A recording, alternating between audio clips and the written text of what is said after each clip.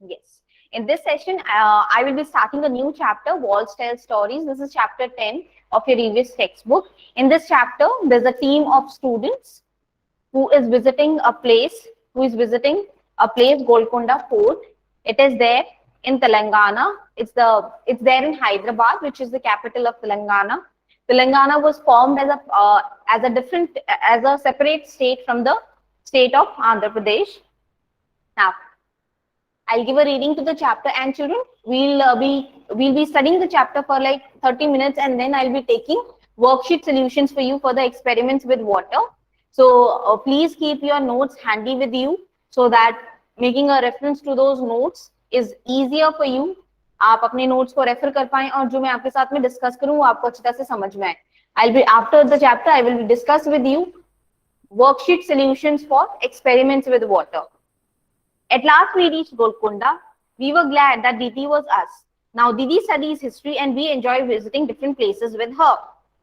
So what's Didi जो है बेटा वो history subject पढ़ती है. Now what is history? History is the study of past. अभी हम EVS पढ़ रहे हैं. जब आप 6th standard में चले जाएंगे तो आपके जो subjects हैं वो bifurcate हो जाएंगे. जैसे आप साइंस पढ़ोगे, science, maths, Hindi, English, and there will be another subject called social studies that you have to take up as an extra subject.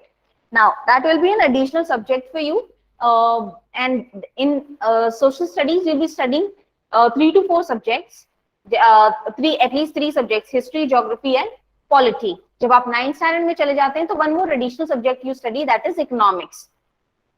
Shelja, my goodness, the fort is so huge. So can you see this picture, children? If you observe clearly this picture clearly, you will see that there are many levels on which this fort is made, and this, if you see the whole, the fort is of a great height. ये बहुत सारे halls बने हुए हैं इसमें, and अगर हम consolidated picture देखते हैं तो this fort is very high and it is made at different heights. But now you can see that it is getting destroyed day by day. That means क्योंकि बच्चे इसे बहुत टाइम हो चुका है बने हुए, तो इसीलिए क्या है कि ये धीरे धीरे खत्म होना यानी नष्ट होना शुरू हो चुका है. But still it is remaining. इतने सालों के बाद भी this building is erect and we can see it is still present in that place. That means a lot, जिन कारीगरों ने इसको बनाया है उन्होंने बहुत ही ज्यादा मेहनत लगाई. And plus you will see that in olden days student, buildings used to be made with stone by connecting stone. So stones are very, अगर आप ईंट लोगे, आपने ईंट ली और आपने एक साइड ईंट ली और दूसरे साइड आपने पत्थर लिए. बेटा ईंट को आप फेंकोगे वो टूट जाएगी, पत्थर टूटता है क्या? नहीं टूटता है. तो that was the sense that was used by the architects of that time कि हम स्टोन्स को कट करके पूरी वॉल, उन्होंने वॉल्स बना दी, पूरा का पूरा एक फोर्ट बना दिया. और बहुत ही सोच समझ के उन्होंने डिफरेंट पार्ट्स ऑफ फोर्ट को डिजाइन किया. हम यही देखेंगे कि ये जो पर्टिकुलर फोर्ट है उसमें उसके फीचर्स ऐसे क्या हैं जिसकी वजह से जो उनके अंदर रह रहे थे, जो भी है द किंग, उसकी प्रजा, ठीक है, तो वो किस तरह से अपने आप को प्रोटेक्ट करते थे. And see what a height it is built. Just look, have you ever seen such a huge gate? Shelja, it must be very heavy. I wonder how many people would be needed to open this, to close this gate. Beta, on your text, in your textbook itself, can you see this image which is given on the left hand side of the page? Can you see the pokes? Can you see? ये जो दरवाजा है बेटा, इसके ऊपर में pox भी हैं. ये पोक्स किसके लिए हैं? ये पोक्स हैं सबसे पहले तो कोई भी चीज, ये जो दरवाजा है, this is the entrance of the fort, so it has to be majestic, it has to show the power of the king, the valor of the king. तो ये इसके ऊपर pokes डाले गए हैं. You have to be scared, you will get scared when you see this, when you see this door, when the opponents must be coming to evade into the fort. Kalyani, look at these sharp iron spokes. I wonder why were they made. Look at these thick walls too. I have never seen such thick walls. At some places, a part of the walls come out in a round shape. I wonder why. तो कुछ places ऐसे होंगे बेटा जहाँ पे wall जो है वो कर्व शेप में है, तो ये बेसिकली बेस्टियंस बनाने के लिए यूज होते थे। ये आप देख सकते हैं कि यहाँ पे इस जगह पे वॉल जो है वो कर्व शेप में है, राइट। तो ये जो कर्व शेप में है बेटा, इन्हें हम बेस्टियन बोलते हैं।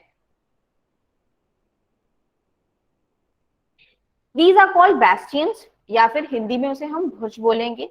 सी these are even higher than the wall. The outer wall of this fort has 87 bastions. तो क्योंकि दीदी को बहुत, दीदी was a student of history, so she very well knew before coming to any place, which whenever you're visiting a place which has historical orientation, जो कि बहुत पहले से थी, वहां पे राजा महाराजाओं ने राज किया है, वहां पे स्टे किया है, उनकी आर्मी ने वहां पर स्टे किया है, तो it's very important that you understand, very important that you have some information about the history of that place। तभी आपको जाके वहां पे मजा आएगा कि मैंने तो ऐसे पढ़ा था, क्या सच में ये वहां पर है। और अगर नहीं है तो वहां पे अगर कोई गाइड हो तो उससे वो आपको बताएगा कि भाई यहाँ पे now some places they are recognised by the archaeological department of India. तो वहां पे वो क्या करते हैं, हर एक पत्थर, बेटा इस तरह से होता है कि if that particular place is recognised, UNESCO ने उसे रिकॉग्नाइज कर लिया है, तो जितने भी उसके र्यूम्स होंगे ना, उसे कलेक्ट करके एक एक पत्थर जो है उसका एक रिकॉर्ड रखा जाता है कि यहाँ पर इतने पत्थर हैं जो कि इस पर्टिकुलर फोर्ट के हैं, जो कि इस पर्टिकुलर टेम्पल के हैं। The outer wall of this fort has 87 bastions, thick walls, a huge gate, and so many bastions, so many ways to ensure security. So all these features of the fort, such as sharp iron spokes, thick walls, huge gate, and many bastions, these all features of the fort, were necessary. They were considered necessary by the king for the protection of the people living inside the fort.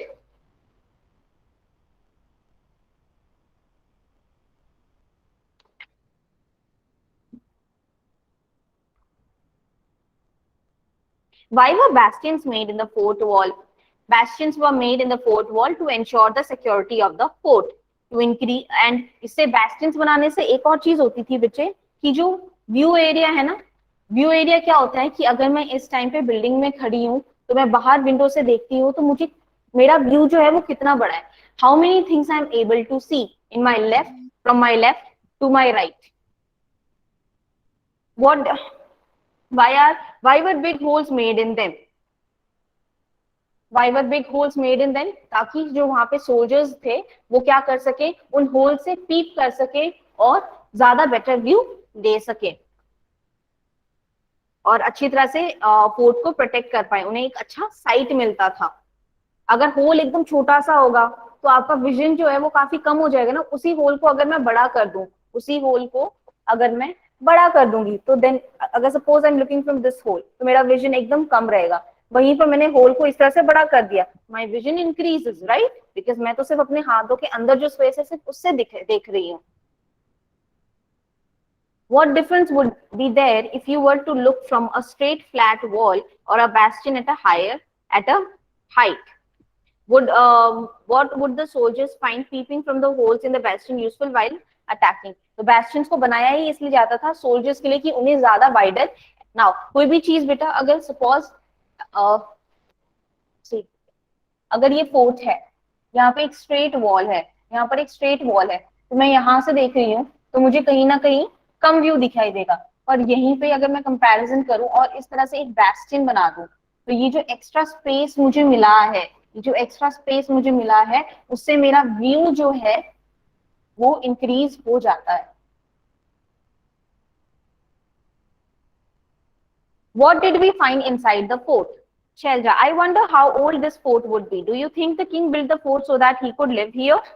Kalyani, it was written outside. तो बच्चे कभी भी आप जाते हो ना किसी भी हिस्टोरिकल प्लेस में जाते हो तो वहां पे हमेशा नोटिस लगे रहते हैं कि ये पर्टिकुलर बिल्डिंग किस टाइम से किस टाइम तक बिल्ड हुई थी। अगर वहां पे कोई एक राजा ने रूल किया होता है तो उसके डिटेल्स भी दिए होते हैं। कई बार ऐसा होता है कि पूरी की पूरी डायनेस्टी रूल करती है। Now what do you understand by dynasty? Dynasty is the succession of the rulers of a particular family. It was written outside that Qutub Shahi Sultans ruled here one after another from 1518 to 1687। हम अभी कौन सी century में बेटा? 21st century में हम, right? और अभी यहाँ पे और इस फोर्ट की अगर हम बात करें तो it was there in which year? From 1580 to 1687, यानी ये 17th सेंचुरी से पहले के ईयर्स हैं, 17th सेंचुरी के पहले के ईयर्स हैं। Much before that, in 1200, the fort was made of mud and different rulers lived in it. बेटा पहले ये फोर्ट इतना स्ट्रॉन्ग नहीं था.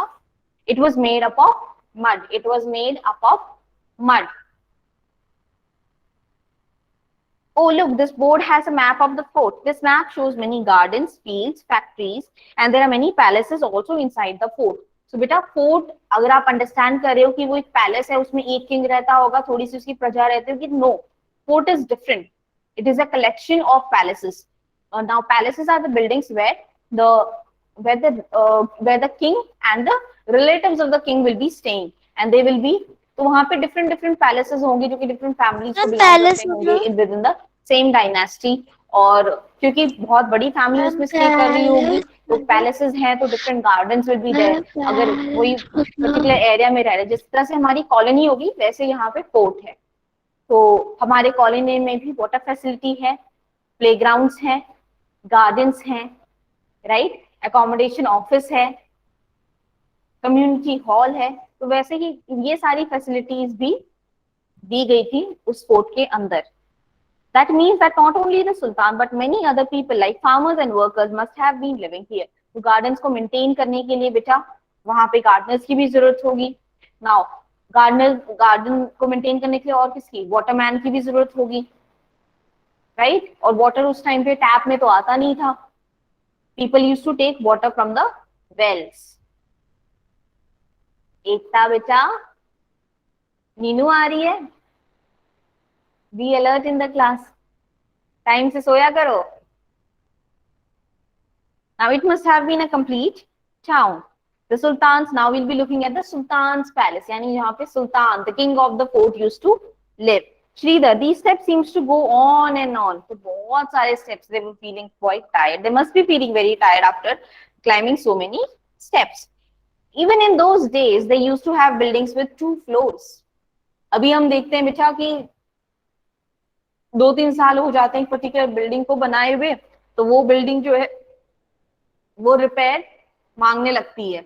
उस टाइम पे they have created such huge buildings. और उसमें हमने देखा कि ये जो पर्टिकुलर पैलेस है वो 2 फ्लोर की बिल्डिंग है. मतलब 16th सेंचुरी में लोग फ्लोर्स बनाते थे, और वो अभी तक इतने स्ट्रॉन्ग है कि बिल्डिंग वहां पे स्टे कर रही है. अगर आप अभी देखोगे, अगर आज की बिल्डिंग्स आप देखो, कितने भी अच्छे आर्किटेक्ट ने बनाई हो, ठीक है, 2 साल के बाद रिपेयर मांगेगी.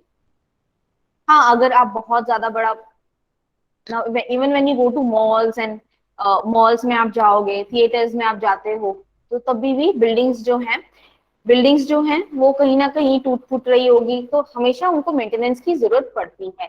पर इन बिल्डिंग्स को इन्होंने क्योंकि स्टोन से बनाया बेटा, वो इतनी स्ट्रांग है कि अभी तक वो उस हालत में नहीं है जिस हालत में वो उस उतनी बेटर कंडीशन में नहीं है जितनी की वो उस टाइम पे थी. पर स्टिल इट इज इरेक्ट. इतने हंड्रेड्स ऑफ इयर्स के बाद में बेटा, 1 सेंचुरी 100 इयर्स होते हैं, तो 100 ऑफ इयर्स के बाद में भी इट इज स्टैंडिंग इरेक्ट.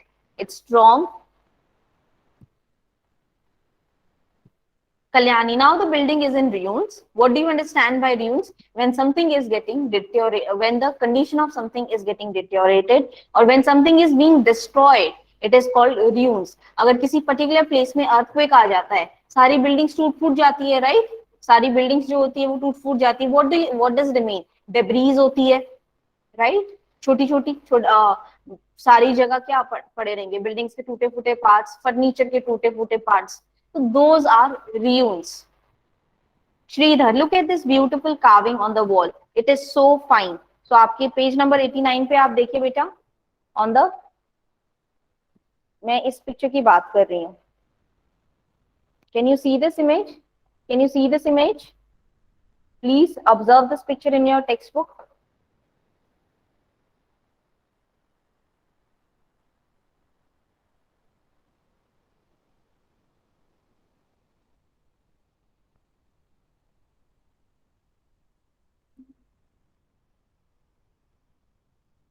बेटा इतनी ब्यूटीफुल कार्विंग्स बनाने के लिए, इतनी ब्यूटीफुल कार्विंग्स बनाने के लिए बहुत ही ज्यादा मेहनत लगती थी, क्योंकि इतनी महीन कारीगरी करने के लिए उन्हें बहुत टाइम, मतलब आप देखोगे कि उस टाइम यहाँ पर तो क्या है कि कोई भी स्ट्रक्चर क्रिएट करना होता है, there is a particular procedure, right.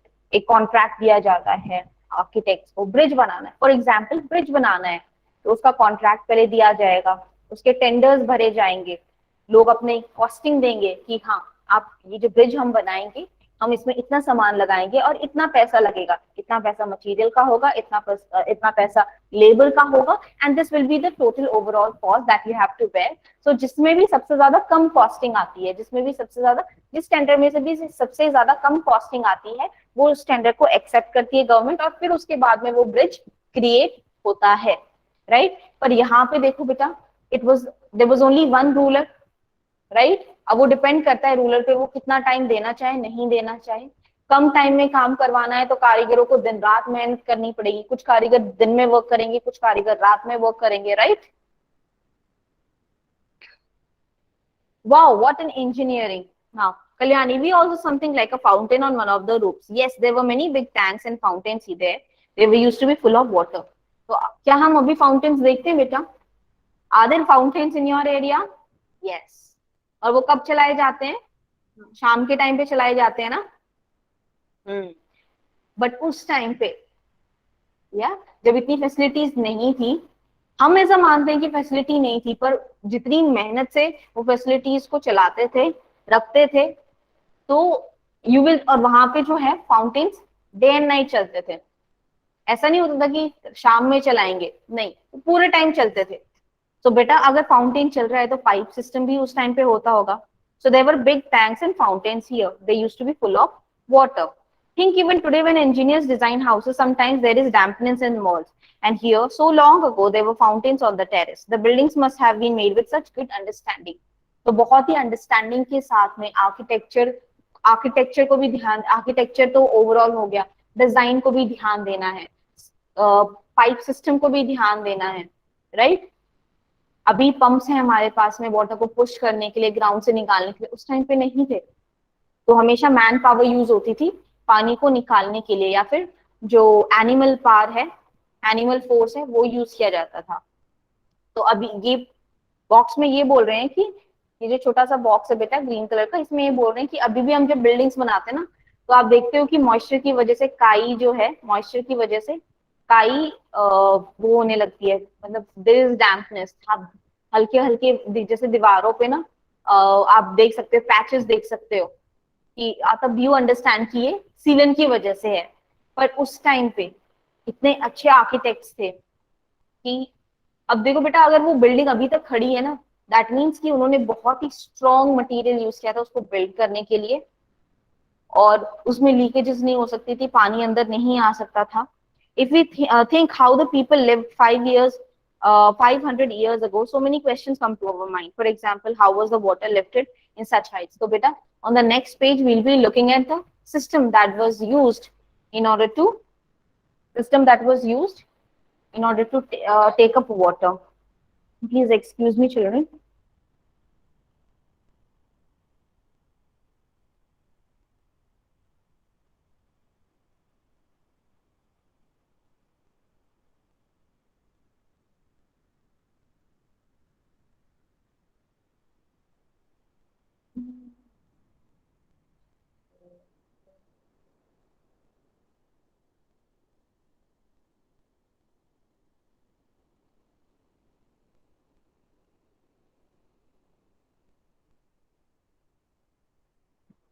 Now, children, on page number 89. Now, I wanted to show you something, beta. Can you see this image is very clear? ये वही डोर है जो कि आपके फर्स्ट पेज पे विजिबल था। इसके जो स्पोक्स हैं वो काफी क्लियर हैं। Can you see the spokes? Yes, spokes का मतलब होता है कांटे। नाउ एक और चीज, हाँ, जब हम महीन कारीगरी की बात करते हैं ना, आप इस वॉल को देखिए, कितनी ब्यूटीफुल डिजाइन बना के रखी हुई है। This is the design of the पोक। और आप इस आंख को देखते हैं, आप इस आंख को देखेंगे तो इस पे भी काफी एकदम बहुत ही बारीक डिजाइन बनाई गई है वॉल पे। एक बार भी अगर एक भी गलती होगी तो पूरी वॉल खराब हो जाती है। तो उस टाइम पे देखो बच्चे कितने मेहनत से काम किया जाता था without any mistakes. Hats off to the architects over there. आप देखो इस सर्कल को देखिए आप, और ऐसी डिजाइन हमें बहुत मिलेगी फोर्ट में, बहुत सारी मिलेगी. तो बहुत ही ज्यादा अच्छे आर्किटेक्ट्स ने काम किया है वहां पे, डिजाइनर्स ने काम किया है. आज हम अपने घरों में क्या क्या हम क्या सोचते हैं, एसी लगवाई हमने, हमारे घर में एसी है कि नहीं है, हमारे घर में अच्छे इक्विपमेंट्स हैं कि नहीं है, टोस्टर होना चाहिए, मिक्सर होना चाहिए. घर तो कैसा भी हो, घर में फैसिलिटीज अच्छी होनी चाहिए, we think that only. But उस टाइम पे they used to give a lot of importance to how is my house looking. अंदर के प्लेस को डेकोरेट करने के लिए पेंटिंग्स होती थी, स्कल्पचर्स होते थे. तो उस टाइम पे स्कल्पचर्स और पेंटर्स, इन्हें काफी ज्यादा पैसा या फिर इनाम मिलता था जब वो ब्यूटीफुल पेंटिंग्स बनाते थे for the members of the family, for the members of the royal family. Now उस टाइम पे we used to see that many people used to make their own. वो क्या करते थे, वो अपने ही स्कल्पचर्स बनवाते थे. वॉर जीत के आए हैं तो वॉर की कोई पिक्चर बनवाई है उन्होंने, पेंटिंग बनवाई है. तो वो इस तरह से, और फिर उसके बाद में कई बार वो इंपॉर्टेंट चीजें नोट भी करवाते थे बुक्स पे.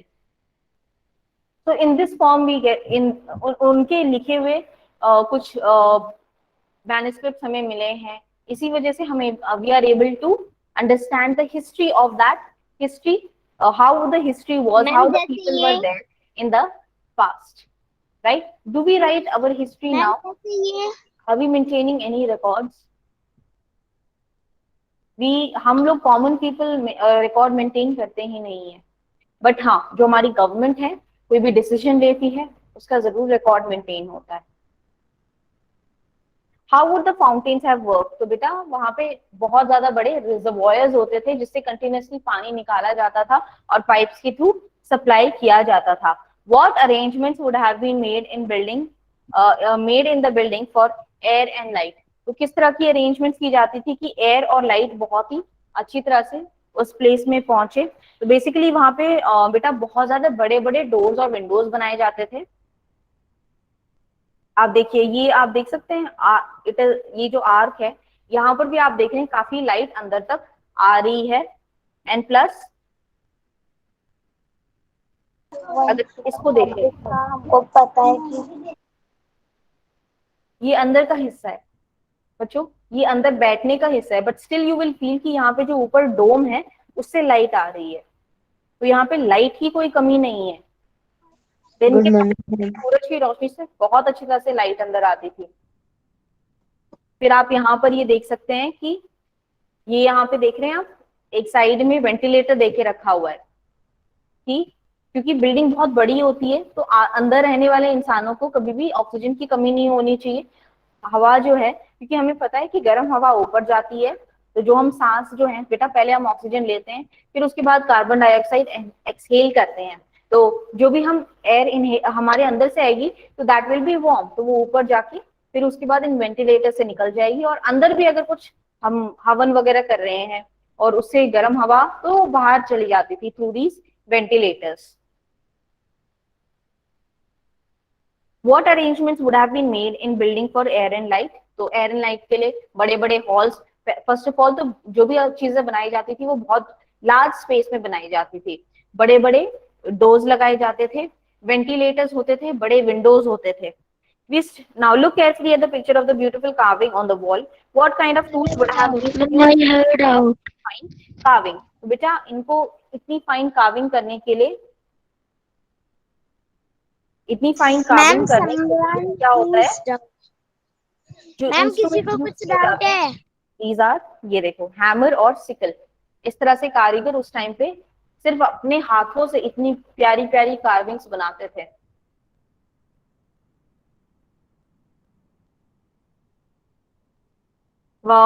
We still do not have any electricity at many places in our country. Even at places which do not have electricity, imagine what would have happened if there was no electricity for 1 week. What are the things that would be difficult to manage? तो जितने भी electrical appliances हमारे घर में हैं, बेटा electricity की इतनी आदत है, हम घर जाते हैं सीधा फैन स्विच ऑन करते हैं, राइट। तो अगर हम घर जाए और हमें इलेक्ट्रिसिटी नहीं मिले, we will not be able to, हम बाथरूम में गीजर यूज करते हैं, वो यूज नहीं कर पाएंगे, फैंस नहीं चलेंगे, लाइट नहीं आएगी। और हमारे यहाँ पे तो वेंटिलेटर्स भी इतने कम होते हैं, we do not find ventilators everywhere in our house.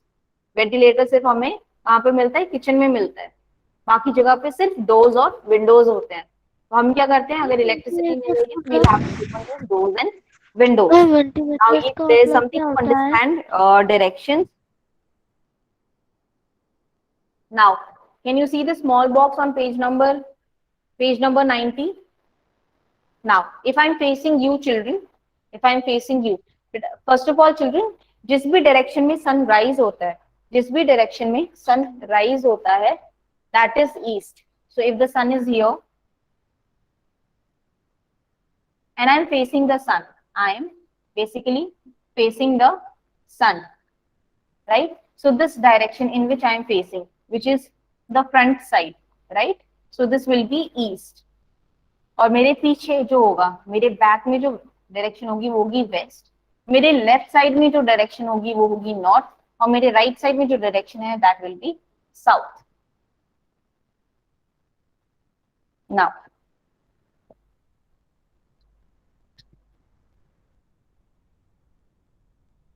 tell and write. Look carefully at the map of Golconda. On the map arrow show all the 4 directions. तो बेटा यहाँ पे आप मैप को पेज नंबर 91 पे there is a map. Can you see all this map on page number 91? Right? Look carefully at the map of Golconda.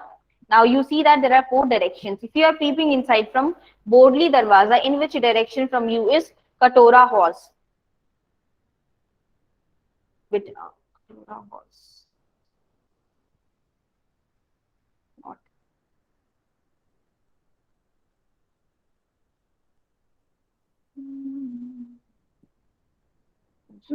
Katora Horse.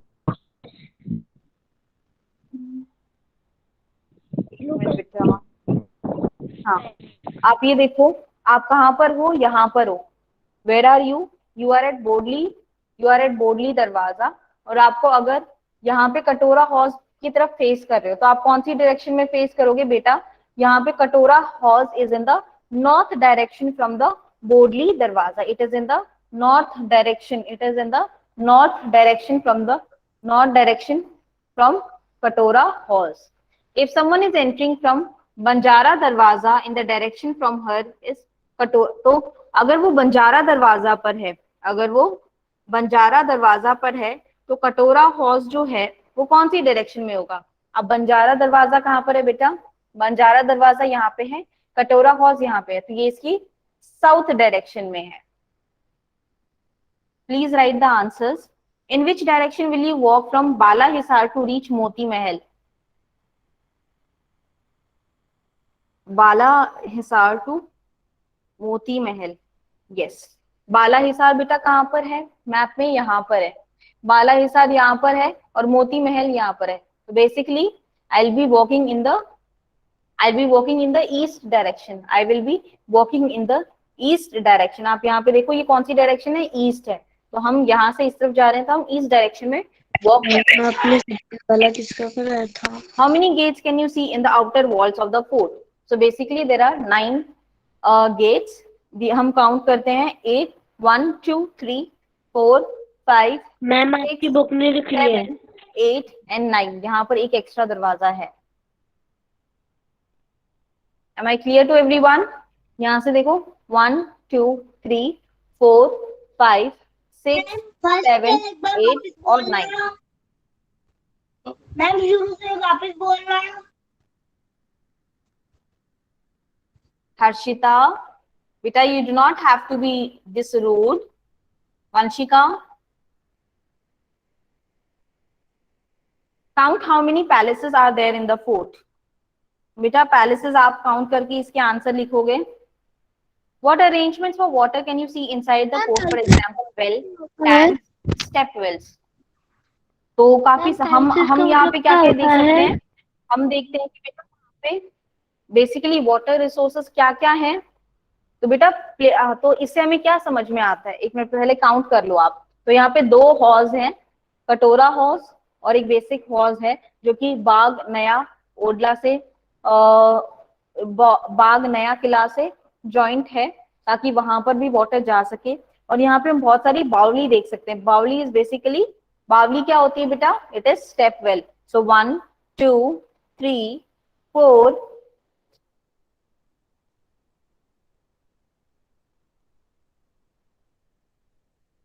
और 5, यहाँ पर भी एक बावली है। तो बेसिकली यहाँ पे बावली और horse, these were the two sources of water. तो क्या हम ये समझ सकते हैं कि पोर्ट हमेशा उस जगह पर बनाए जाते थे जहां पे मैक्सिमम वाटर रिसोर्सेज अवेलेबल होते थे। Now children,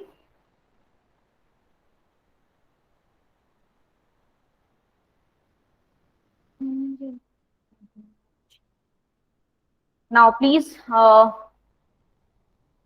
open your workbook. Please open your workbook solutions. Ma'am हमारे पास वर्कबुक नहीं है। I'm going to discuss with you experiments with water का worksheet solutions.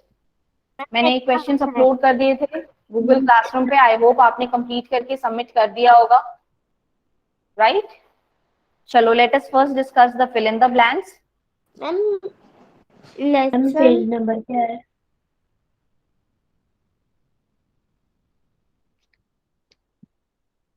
Ma'am page number.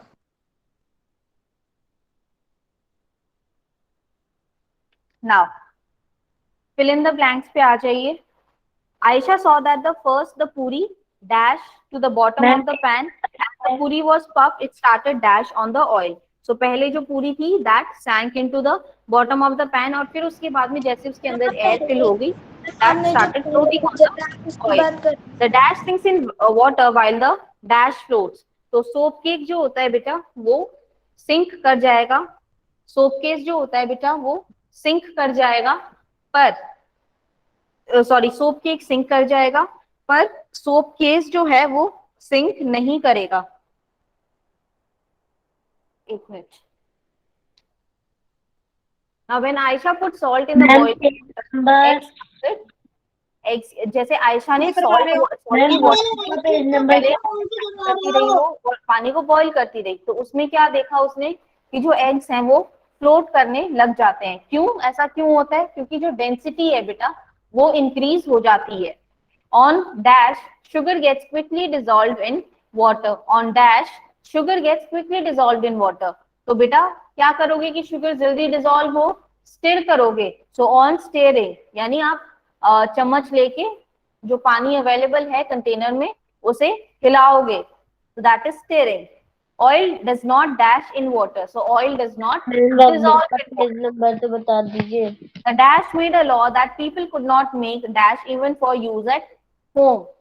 So it was the British who made a law that people could not make salt even for use at home. Gandhi ji undertook a dash from Ahmedabad to Dandi in Gujarat and broke the law. So it was Gandhi ji who undertook a march from Ahmedabad to Dandi. Now children, this is very important point from your MCQ. आपके MCQ के लिए बहुत ज्यादा important है that Gandhi ji undertook a march from Ahmedabad to Dandi in Gujarat and broke the law. The dash can be used to make salt. The dash can be used to make salt. So it is sea water that can be used to make salt. अब बच्चे true and false statement पे आ जाओ। A puffed puri will float in water. This is a true statement. A puffed puri will float in water. A steel plate sinks in water. This statement is false. This statement is false because एक steel plate जो होती है वो काफी हल्की होती है, तो वो फ्लोट करेगी, वो सिंक नहीं करेगी। A plastic bottle cap floats in water. This is true. Plastic cap जो होती है वो लाइट होती है, इसलिए वो फ्लोट करती है। Dead Sea has the saltiest water of all seas and oceans. This is true. Oil can easily mix with water. Oil can easily mix with water. This is false. This is false because दोनों की density अलग है। Oil जो होता है वो thick होता है वाटर से, तो इसलिए वो मिक्स नहीं होता। Sugar and salt do not dissolve in water. False. जब हम लेमनेड बनाते हैं तो दोनों को ही मिक्स करते हैं. Salt is made from sea water. Salt is made from sea water. This is true. Sugar and salt do not dissolve in hot water. Sugar and salt do not dissolve in hot water. False.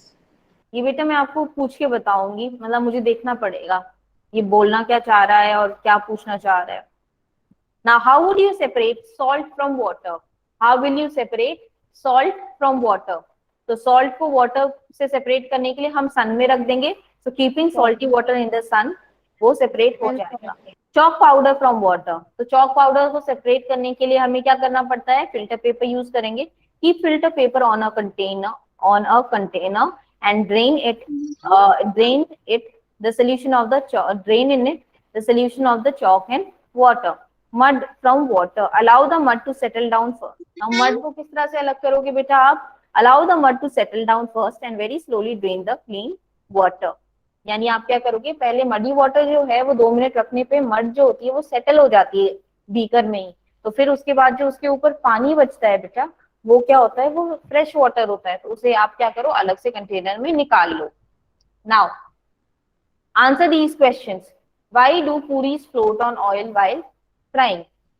पूरी जो है वो float क्यों करती है oil पे fry करते हैं. While frying puris get puffed up और फिल्ड विद एयर. तो जैसे ही वो सबसे पहले हमने नीचे चली जाती है, पर जैसे ही वो ऑयल पकने लगती है तो एयर उसके अंदर आ जाती है. Air is lighter than the oil, so it floats on oil. Why does a soap dish float in a bucket of water while a cake of soap sinks? Soap cake जो है बेटा वो heavier होता है water से, so it sinks in water, whereas soap cake जो होता है वो लाइटर होता है, so that will float on water. What happens on adding salt to the water in which eggs are boiled? अगर आप ऐड करते रहोगे सॉल्ट को बॉइलिंग वाटर में तो धीरे धीरे क्या होगा, if you keep on adding salt to the boiling water after some times the eggs will float on water. क्यों? क्योंकि जो डेंसिटी है बेटा उस वाटर की वो इंक्रीज हो जाती है और एग्स जो हैं वो काफी लाइट हो जाते हैं उससे भी, तो इसलिए वो फ्लोट करते हैं. Does oil dissolve in water? Why? Oil does not dissolve in water as it is lighter than water. Now, why did Gandhi ji undertake Dandi March? ये question आपको छोड़ देना है. Name the two factors that help sugar dissolve faster in water. Name the two factors that help sugar dissolve faster in water. So, पहला stirring and boiling are the two factors that help sugar to dissolve in water.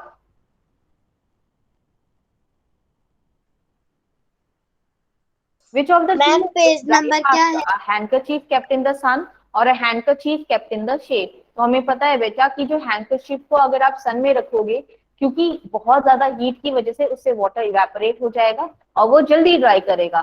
कभी कभी ऐसा होता है जब सन नहीं आता तो हम उसे फैन के नीचे रख देते हैं, but it takes the whole night for the clothes to get dried. बट अगर आप वही चीज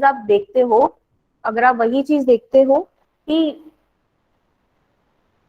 एक सन ड्राई, अगर आप सन ड्राई कर रहे हो किसी चीज को तो 2-3 घंटों में कपड़े बहुत ही आराम से सूख जाते हैं. मैम पेज नंबर क्या है? नाउ एक्सप्लेन पे आ जाइए. ई question explain. Why a person who can not swim will not drown in Dead C?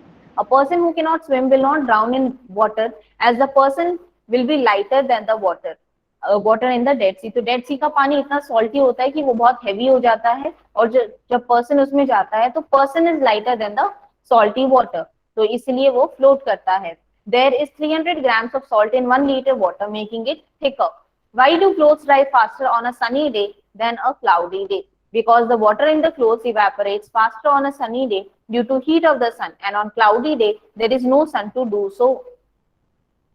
Cloudy day में सन होता नहीं है वाटर को इवेपोरेट करने के लिए, इसलिए जो क्लोथ्स हैं वो ज्यादा टाइम लेते हैं सूखने के लिए. Water is called universal solvent because it dissolves many substances in it. Encircle the things which can dissolve in water. Right, तो कौन कौन सी चीजें डिसॉल्व हो जाएंगी, यहाँ पे बहुत सारी चीजें दी गई हुई हैं. तो इन सारी चीजों में से sugar, fresh juice, lemon juice, Pepsi, salt, मिश्री और मिल्क, ये सारी चीजें बेटा डिसॉल्व हो जाएंगी. ये सारी चीजें पानी में बहुत अच्छी तरह से डिसॉल्व हो जाएंगी। Experiment time. Ma'am Take a tub of water, have a collection of objects including a marble, an eraser, wood, pencil, a key, some coins या फिर cork. तो इनमें से क्या क्या ऑब्जेक्ट्स जो होंगे आपको बाइफरकेट करना है कि these objects will float and these objects will sink. So objects that will float will include wood, pencil, cork, wood, pencil or cork.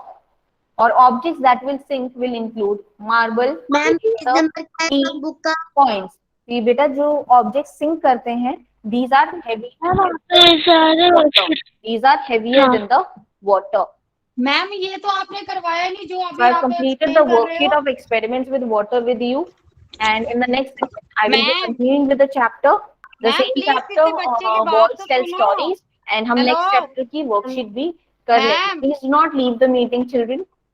Ma'am एक बात तो सुनो, जो आपने अभी मार्वल वाला करवाया ये तो वर्कशीट में आपने